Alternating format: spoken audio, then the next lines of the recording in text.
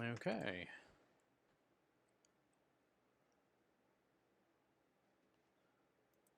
Not now.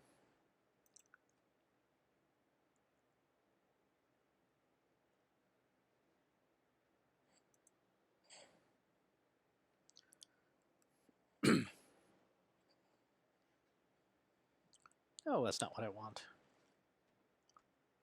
Go back.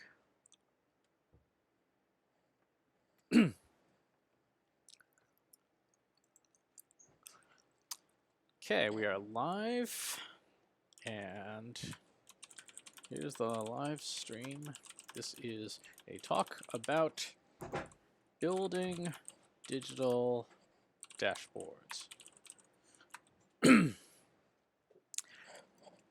All right, this is Paradise by the Analytics Dashboard Lite. This is a session that we're going to be doing at MarketingProfs B2B Forum in a couple of weeks.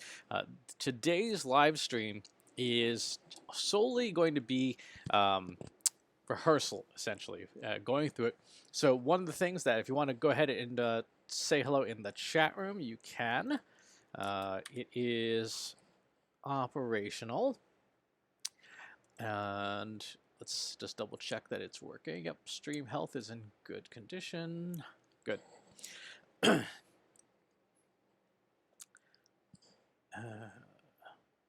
Thank goodness for editing.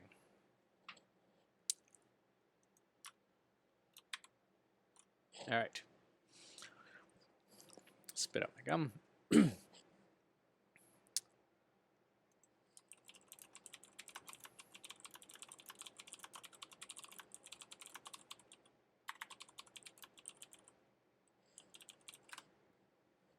All right, we will be seeing this. Excellent. So let's get rolling here. The problem and the reason for this entire talk was the folks who have been doing dashboards have not been doing a great job. And a part of that is because the process of dashboarding is never really well thought through. People just kind of do these things, or a vendor talks them into it, and there's never a strategy behind it. So let's take a look at the main problem for dashboarding. And the reason we're trying to solve is the sheer amount of data, right? According to IDC, in 2019, we're going to be at roughly 40 zettabytes of data created planet-wide. And that's an astonishingly large number. One of the stats I like to use to help explain what a zettabyte is that if you were to start watching Netflix without eating, stopping to eat, to sleep, to use the restroom, or, well, anything, and you started 55 million years ago, you'd just be getting to 1 zettabyte today, which is, and we're going to do 40 of these as a civilization today. That's a tremendous amount of data. It's an astonishing amount of data. So more cogent to dashboards specifically, when asked in the most recent Pricewaterhouse CEO survey, which was earlier this year, CEOs were asked, how important are the following types of data? Data about your customers and your clients' preferences and needs, financial forecasts and projections, data about your brand and reputation. Across the board, CEOs are saying, 90% of CEOs are saying this is stuff that's really important. This is stuff that's important to us. We want data on this. And then when they're asked what percentage of you are getting that data, the numbers are in the high teens, low 20s across the board, which is not a great place to be.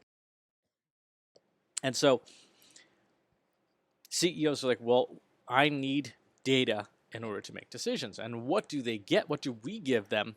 We give them piles of trash that look like this, right? That are just off the wall crazy. With today's dashboarding software and no strategy or plan, essentially have the complete inability to communicate data meaningfully. And the key lesson here, the key point that I'm going to repeat over and over through this talk is that a dashboard is to help us make decisions. So dashboards without decisions are decorations. And we know so many people who have these kinds of dashboards, right? You have seen them. You go to somebody's office and there's these big displays and they have all these fancy dashboards up and nobody's looking at them. Nobody's doing anything with them, right? So we are providing data maybe, but we're not getting decisions. The impact, no surprise. When we don't get decisions, our business doesn't move forward, right? Phone doesn't ring, we lose revenue, unsurprisingly. We eventually go out of business if we don't make good decisions. So let's talk about data storytelling, because that's the subtitle of this session. What is data storytelling? It's a very, very popular term right now. Data storytelling is simply this. It is telling stories with data. I would say, well, that's a bit of an oversimplification, isn't it? We want to break this into two pieces because they're both important. The first is that stories part. What is a story in the context of data storytelling? Well, here's what a story isn't, but yet what we do all the time. We back the truck up and we pour data all over people's desks, right? Here's the dashboard with 500 widgets and pie charts and flashing things. Here's the data, and we expect people to know what to do with this data. They don't. They look at us like, what's wrong with you? This is completely meaningless. So what is a story? Functionally, for our purposes in data storytelling, it is a coherent narrative. It is a logical flow of the data and what it means to people. So let's look at a couple of very, very simple story types. Right? Your archetypical story, the one that every story that is coherent follows, is beginning, middle, and end. Right?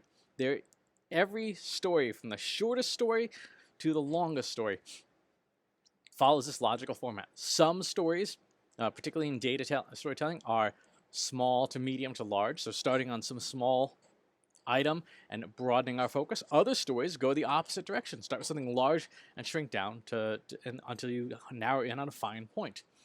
But there's coherence throughout it. There's meaning throughout it. And the storytelling that we emphasize a lot in when we're doing writing, particularly for business writing, is sort of why, what, how. This is YouTube's content strategy. Why is something important? What is it? How does it work? So there's a lot of different options for how to tell stories with data. But remember, the stories don't mean anything unless it helps us make a decision, right? Dashboards without decisions are decorations. So the format, the story that makes the most sense if you're just getting started out when it comes to dashboarding, is this one. The three whats. What happened? So what? Now what? Right? That is the format of story that, if you're just getting started with data storytelling, this is the format to use. What happened? So what? aka analysis, why do these things happen? And now what? Now, in terms of how much time you spend in each of these areas, there is a pretty straightforward breakdown. You should spend 25% of your time on the what happened, right, on the data analysis. You should spend 25% of your time on the insights. So what? Why did it happen? What does it mean? And spend 50% of your time on the decision-making part. What should we do? What next? What now? When should we do the thing? That's the best way to approach dashboarding. If you flip these numbers around, you tend to lapse into data puking, right? Just back the truck up, pour the data on the desk, and we never get the decisions we need to move our marketing forward. A really good example of this is, this is an example dashboard. You'll notice there's a lot of text on here, right? There's a few charts and a couple, and one KPI, but there's a lot of text. Don't worry about reading the text. There's just a lot of text on this chart. Why? Because the recommendations and the insights are all about what to do next. So it is perfectly okay for you to have less data on a dashboard and more explanation. Also, when it comes to data storytelling, like any form of storytelling, a dashboard is not the only form of story. If you are a B2B marketer, you have enormous opportunities to tell stories in different formats. right? I did some work for one customer a couple years ago. Their CEO wanted all their reporting in Word documents. Even if we were doing data visualization, if we're doing a fancy analysis, he wanted it in Word documents. Why? What happened?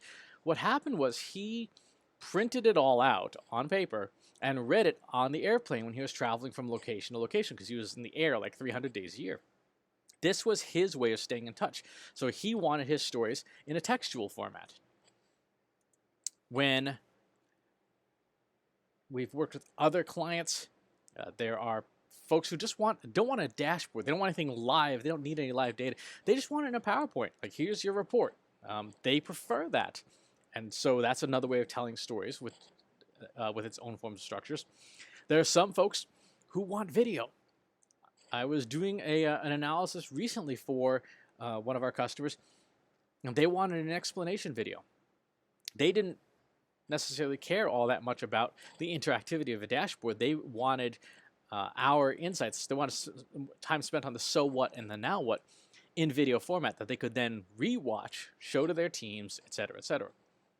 And finally, podcasting is not just for marketers, right? Podcasting is also a tremendous way to communicate information to people internally, having an internal podcast. You can do your reporting with a podcast. Right, so give that some thought too. You can tell stories. The explanation that I love is from a book on education and teaching.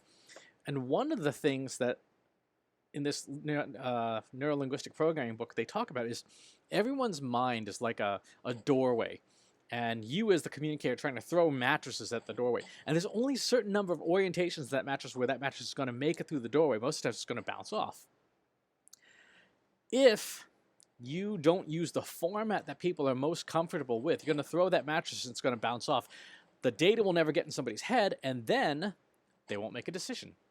Right? So we need to remain focused on getting the data into the people's heads as best as we can. Now, for the rest of this talk, we are going to talk about dashboards, but I don't want you to lose sight of the fact that different people want their data stories in different formats. And depending on who you answer to, you may need to change your formats while still keeping many of the principles we're going to talk about today.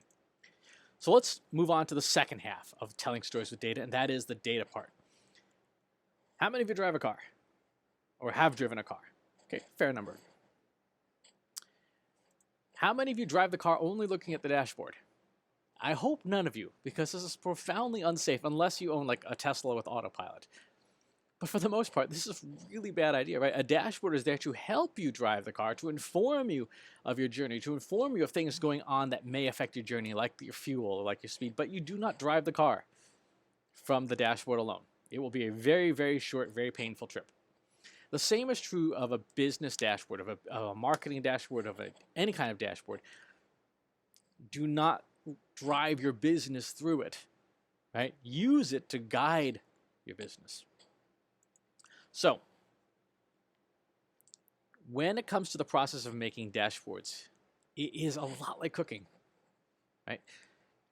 Who you're cooking for, what you're cooking, how you're going to do it, when you're going to do it, how much time, how much you're going to spend on it. If you are cooking for a friend and that friend is gluten-free, you had better not serve like a wheat and wheat byproducts dish. It's just going to go really badly. So like cooking, dashboarding follows the same style of steps. First, we need to decide who it is that we're cooking for and what it is we're going to be cooking. If we're cooking breakfast, we're going to have a very different set of requirements than if we're cooking dinner, unless you just serve waffles all the time, which we've done from time to time. But the who part is really important. One of the critical mistakes marketers make is believing that they can make a dashboard that will serve all needs. There is no such thing. There is no one dashboard to rule them all. Dashboards have to be, you're going to have to create multiple dashboards. When you look at an org chart like this one, right, I've blinded it so you can't see what organization this is. Do the people in the purple have the same needs in reporting and feedback as the people in the dark blue at the top of their individual departments? No, of course not, right? So why would we create a dashboard that tries to do everything for the person in blue that the person in purple is doing. We can't. In order to make the most of your dashboarding efforts, think about taking your org chart and dividing it into layers. Layers by role or level, director or VP or manager or specialist, and then by teams and divisions. Maybe there's a social media team, an SEO team, a lead generation team, a demand generation team. And make that grid of whatever your organization looks like. Every colored square will have its own dashboard. Right? So if you have this many divisions in your company or in your marketing department, this is how many dashboards you're going to need. If it's bigger, guess what? You're going to need more. So that's part of the equation for what kind of dashboards you're going to be making. Just like figure out how many guests you're going to have for dinner, right? Second is to figure out what it is that those people need. Just like if you've invited people over for a meal, you better figure out what they do and don't want to eat. To do this, we're actually going to borrow from software development. We're going to borrow what are called user intent statements, which are typically in the format of who, what, and why. Who wants to accomplish some task for a reason. And we want to ask people when we're trying to decide what dashboard to cook them, who, what, and why. So let me show you a couple of examples of user intent statements. Number one, why do you want a dashboard? When you ask the CMO, the person will say, as CMO, I can see overall performance so that I can demonstrate marketing's impact to the board. Right? So the CMO is being very clear. They want a dashboard to demonstrate marketing's impact to the board so that we all have jobs working for this person, right? This informs what we're going to do for a dashboard, what data goes on the dashboard, because we have the intent. They want to be able to demonstrate marketing's impact to the board. As a marketing manager, I can see the performance of my team so that I can improve individual performance. This would be very different data than the CMO, right? The board of directors does not care about Sheila in accounting, right? Or about Tracy on the SEO team. The marketing manager absolutely cares about Tracy's performance and what the manager can do to improve Tracy's performance, right? So you need to gather these statements of intent in order to dashboard well. This happens before anything else. If you don't do this part, you're going to create dashboards that nobody will use. Like cooking, once you know what you're cooking, you got to get ingredients, right? You got to see what's in the pantry. Because if you only have mac and cheese in the pantry, you're making mac and cheese for dinner, right? Doesn't matter how good a cook you are, doesn't matter how aspirational you are. If all you got's mac and cheese, you're eating mac and cheese. Likewise, when you start the process of dashboarding, you're going to need to see what data you have access to, what information is out there that can help you answer those user intents. And this is a great opportunity to work, particularly for those of you who are in the European Economic Area, work with your data protection officers, your data governance teams to help identify what data you have access to that you can use for dashboarding. Even though this is not a large section of this talk, this is probably the part that's going to take you the longest because you need to know what's out there. What do you have access to in your company? What data sources? Where do they live? You're going to need to go out and get that data at some point. So what have you got? So we've made up our minds about what we're going to cook. We've got the ingredients. Now we got to do something with those. You've got to prep to do a dashboard. There's an expression from 2006 from Professor at Duke University, I think. I'm drawing a blank as to the person's name, who said data is the new oil, which I love as an expression because it's true. Data is the new oil, and like crude oil, it's sticky, it's useless, doesn't do anything, and is more trouble than it's worth in its raw form. You have to refine it, right? You extract oil from the places you find it, you refine it in a refinery, and you deliver it to market in some fashion. The same is true of your data for dashboarding. You have to extract the data from wherever it is in your organization, process it in some computational facility, and then visualize it with a dashboard. I want to take a brief moment to caution you about specific tools. There are a tremendous number of companies out there that are saying that their dashboarding tool does it all. You want analysis, you want to hook up to data sets, you want to blend data together, you want to do AI-powered analysis, all this stuff, great promises. And like a multi-tool, like a Swiss Army knife, those tools, for the most part, can do those things to some extent, right? So the vendors aren't necessarily just outright lying. But like a multi-tool, they don't do any one thing particularly well, right? So be very cautious of somebody who says they do it all, when the reality is you would be better off with single-purpose tools that are the best at what they do. Now, there are a tremendous number of dashboarding or business intelligence or whatever you want to call them companies out there. Which one's the best one for you? Which one's the right for you? I don't know, because your needs are going to vary, your budget's going to vary. Some tools are reassuringly expensive, my friend Tom Webster would say. Some are free. There's a whole universe of tools out there. I can't speak for every tool on this chart. I can't even speak for most of these tools on the chart because I have not worked with them. But of the tools that I have worked with, there's 3 that I recommend for dashboarding. Most marketers, most of the time, will get the most value from Google Data Studio. It's free. There are connectors that are relatively low cost for non-Google data sources. It's an interface that most people can understand because it looks just like the rest of Google Docs or an Office suite. And it's pretty good. It's pretty good. It's really bad at any type of computation, right? You want to do all your computation in wherever your data is in its database before you visualize Google Data Studio, but it's pretty good.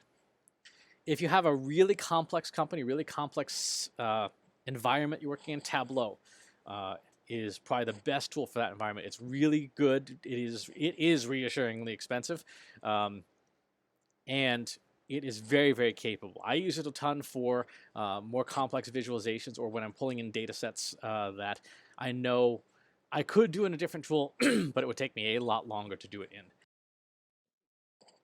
And then if you want an integrated environment where you're doing data science or machine learning or AI and you want visualization capabilities, IBM Watson Studio offers that. It has the connection, obviously, to Watson Machine Learning. It also has the Cognos facility for dashboarding and an SPSS modeler for doing advanced statistical stuff. So if you need everything in one roof for advanced analytics, you use IBM Watson Studio. Again, remember though, Watson Studio is perilously close to that multi-tool, right?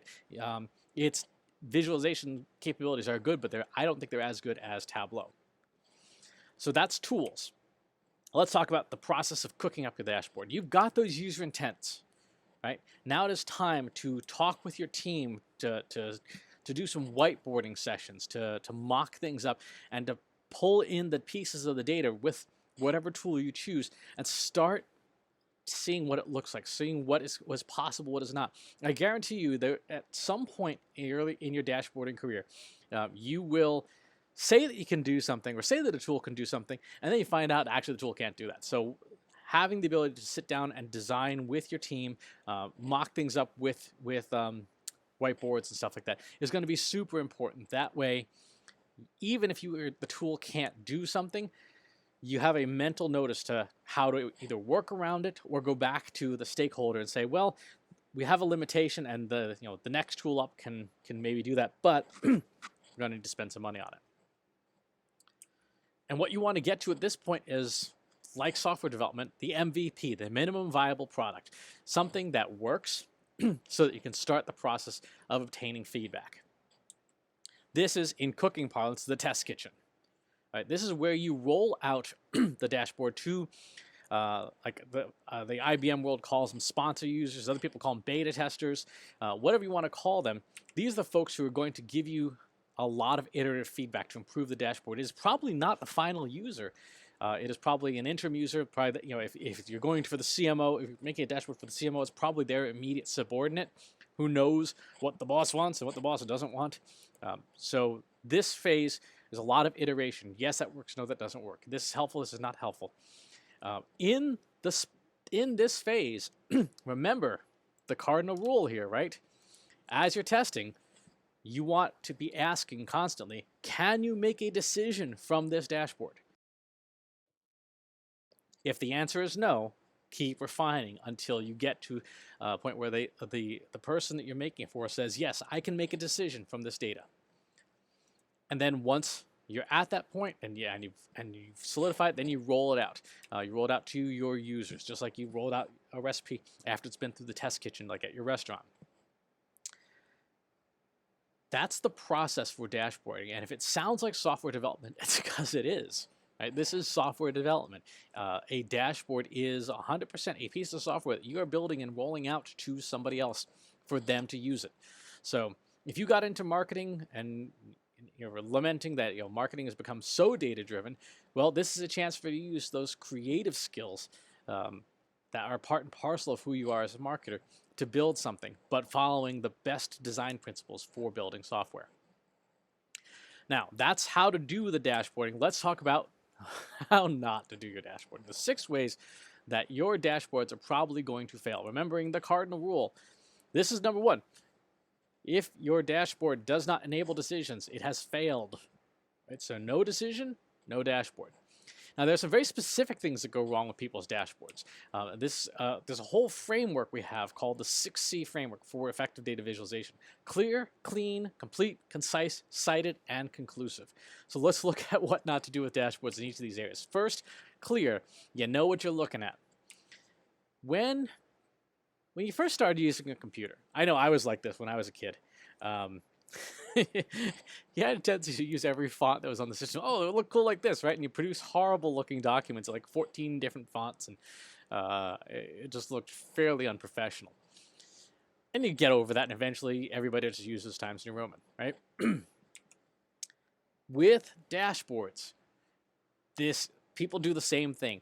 They get Google Data Studio or Tableau or Power BI or Domo, and like, oh, look at all these widgets, and they they start playing with everything, and then they end up with dashboards with so much crap on them that it is not clear what's going on at all. They're using every possible tool and visualization, and they don't need to, right? This is not helpful. This doesn't help us make decisions. There's a great framework by Dr. Andrew Abella of, I believe, Carnegie Mellon University, who came out with this in 2009 on charting suggestions, visualization suggestions. What should you be using on your dashboard? And he breaks it up into 4 main categories: comparison, distribution, composition, and relationship. Comparison visualizations are simply what 2 or more data series, what do they look like next to each other? Comparing, with the key question in mind of what could we improve? So if you've got 2 metrics that you want to compare, use bar charts and comparative visualizations so that you can ask the question, what could we improve? By asking that question, guess what? We are seeding our minds for what decisions can we make. The second, distributions. When you're doing any kind of how are things distributed? How many of our customers are buying a lot from us? How many of our customers are buying little? How many customers are buying a medium amount? You get things like bell curves and histograms and things like that. And the question to ask here when you're doing that kind of analysis for your dashboard is, what's unusual? What's outlying? What's on that far early adopter curve or on that most profitable customer curve? That's the question you want to ask when it comes to distribution. The third type of visualization is relationship. How are data series related to each other, 2 or more, using tools like scatter plots? You're looking for clusters. You're looking for relationships in the data that are not necessarily immediately obvious. By finding those relationships, you can then draw out insights like, oh, this group of customers here buys a lot, buys often, and buys high-ticket items. Let's focus on what's unique about them. How are those things related to each other? And lastly is composition. How much of any one thing is there? And this is the pie chart, and I say that with some derision because people overuse pie charts, and the absolute worst thing you can do is put 2 or more pie charts together side by side and ask people to compare between them. That's not what that's for. Use a stacked bar chart for that. But there are all these different tools. But all these visualizations categories have key questions that you should be asking of your data so that you can get to those decisions. What could we improve? What's unusual outlying? How are things related to each other? How much of any one thing is there? Those are decision-making questions that guide you as to what to put on your dashboard so you know implicitly what each thing on a dashboard is telling you to ask. Second, your dashboards should be clean, well labeled, documented. The number one visualization crime is putting things on a dashboard because it looks cool, or trying to make your dashboard look cool. And this is, I call this Hollywood syndrome, right? You watch your favorite TV shows, they have dashboards like this that are so incredibly cool on screen. You're watching like your favorite superhero show or your favorite police show, and they got this crazy dashboard, and it looks cool. It looks so cool. But when you look at it, you're like, and think about it, like, what is this actually telling me? I don't know. I have the foggiest idea what this is telling me. And if I don't know what it's telling me, I can't make a decision from it. I play a lot of video games. One of my favorites is World of Warcraft. And when you look at people who play World of Warcraft competitively in player versus player tournaments, and you look at what they've done to customize their interface, most of the time their interface, they are removing stuff from the video game. They're making buttons smaller, taking things out of line, moving things to the sides, and only putting the critical information in their field of view when they're doing these super exciting tournaments. Why? They need very limited amounts of information, but they need it in real time so they can make instant, split-second decisions about what to do. Like, hey, there's a guy on my right. I'm going to have to freeze him, and here comes somebody throwing a kidney shot, and I'm going to have to cast consecration to deal with that. Gamers, anybody who's in a highly competitive situation is going to want to optimize their interface to be able to make the fastest possible decisions under pressure. Think about your dashboards in the same way. Marie Kondo the hell out of your dashboards, right? If it doesn't spark joy, or in our case, doesn't spark meaning, get rid of it. What should be on your dashboards, ideally, are your KPIs. And a KPI is real easy to understand. It's a number for which you will get a bonus or fired. That's a KPI. Everything else is a metric, and it probably doesn't belong in a dashboard, or at the very least, your KPI and the metrics that are immediately preceded should be on your dashboard. So, example, if you will get fired for organic search dropping to 0, then what are the metrics that lead to great organic search for a company? It could be the format of your content, the frequency of your content, the topics in your content quality. If you were building a dashboard, that first box would be the most important number on the dashboard, and then maybe that first line of boxes underneath it. And that's it. All the other stuff there, that doesn't belong on a dashboard. This is an example of a perfectly acceptable dashboard. One number, technically 2, right? But there's one thing to look at, because this will help you make decisions. For if this is the thing you're responsible for, and you see that red arrow is going down, you're like, uh-oh, I need to go find out why. I need to go ask some questions. I need to dig in more, right? This is perfectly acceptable. You don't need a ton of things on the dashboard to make a decision about what to do. If that number's down, 2% or 3%, somebody's getting fired, and it's probably you. You could then have a second page of the dashboard which has maybe the individual product lines of things, so you can figure out why that number's down. But this goes on the TV in your office. Step 3 in this framework. Your dashboard has to be complete. It has to convey the necessary information to make decisions. Right? So maybe that one number isn't enough to make a decision. This is an example of a customer dashboard we put together where we have conversions, and we have the KPIs up top. Like, these are the most important things. What contributes to those KPIs by channel, and then what contributes to traffic that leads to those conversions. So we can make all the decisions from one dashboard, start to finish, not have to go anywhere else. And it's only the stuff that we need to focus on. This is one that my CEO, Katie, put together for herself on what she wants to see for our key metrics as a company. Right-hand rail has all the KPIs. These are the numbers that if these go to 0, we're all going home without a paycheck, right? And then she can look at what are the reasons why any of these numbers might be up or down. So a dashboard does have to be complete and answer the questions being asked of it. Go back to those user intent statements that you made, the who, what, whys. Right? If you can't answer the why on the dashboard, you have more work to do. there's a flip side to this. And the flip side is, of course, make sure your dashboard is concise. That's conveying only the necessary information you need to answer the who, what, why. The best example in the world of this is a receipt. And for those of you who are not American and you don't have this this company, there's a company here in the United States called CVS. They're a healthcare company. And they are known for really long receipts. On the top of this picture is the actual purchase information, the necessary information for my purchase. On the bottom is everything else they tagged onto that receipt that is completely unnecessary. Right? I don't need that as the customer. It doesn't benefit me anyway.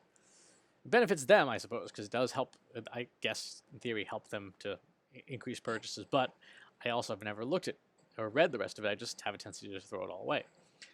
You want your dashboards to be that top part of the receipt. Only the necessary information, not the rest of that stuff.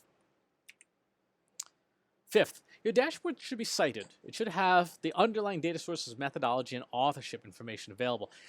It should be, for example, this dashboard, when we were putting it together for this customer, we had to explain to them this is from your Google Analytics data, and there's a little Google Analytics chooser there, and then we have some additional notes at the very bottom about how certain data is computed. But your data should, if somebody has a question about like how reliable, how trustworthy is this data, it's going to be, you want it to be available on the dashboard somewhere. And finally, the last place where dashboards go wrong, no surprise here, a dashboard doesn't tell you what to do next, right? We want our dashboards to be, like this is one I set up for myself for public speaking.